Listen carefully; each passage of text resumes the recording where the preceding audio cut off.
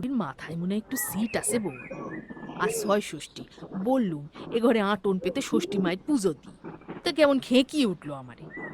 আমারও তাই মনে হয় জানো তো দাইমা, সারাদিন ওপরের ঘরে একা একা থাকেন। আমি অন্তঃসত্ত্বা হওয়ার পর থেকে আমাকে দোতলায় উঠতে বারণ করেছেন কেন কে জানে। বিয়ে হয়ে আসার পরেই ১ বছরের মধ্যে একটি বারও আমি দোতলায় ওনার ঠাকুর ঘরে কখনো যাইনি।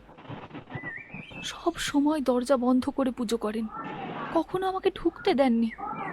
ওনার অদ্ভুত আচরণের কোনো কারণ বুঝি না বাবু। আমার স্বামীকে জিজ্ঞেস করেছিলাম এ ব্যাপারে, উনি তো ফোঁ দিয়ে উড়িয়ে দিলেন, পাত্তাই দিলেন না।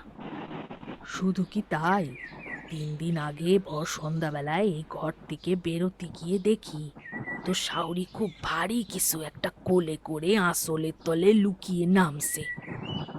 আমারে দেখে কেমন জানি থতমত খেয়ে গেল রে, যেন ভূত দেখছেন।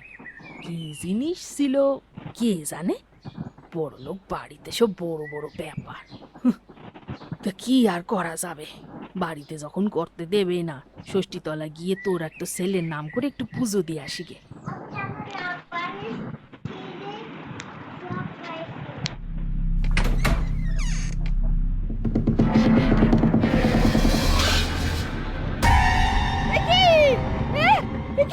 কি কাণ্ড!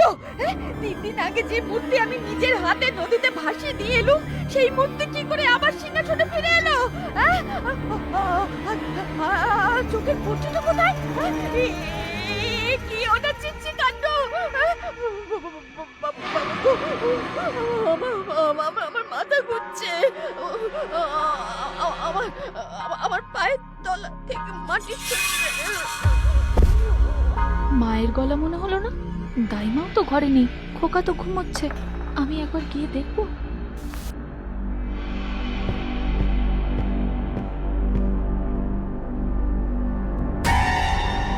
মা, মা, কি হয়েছে মা? কি হয়েছে?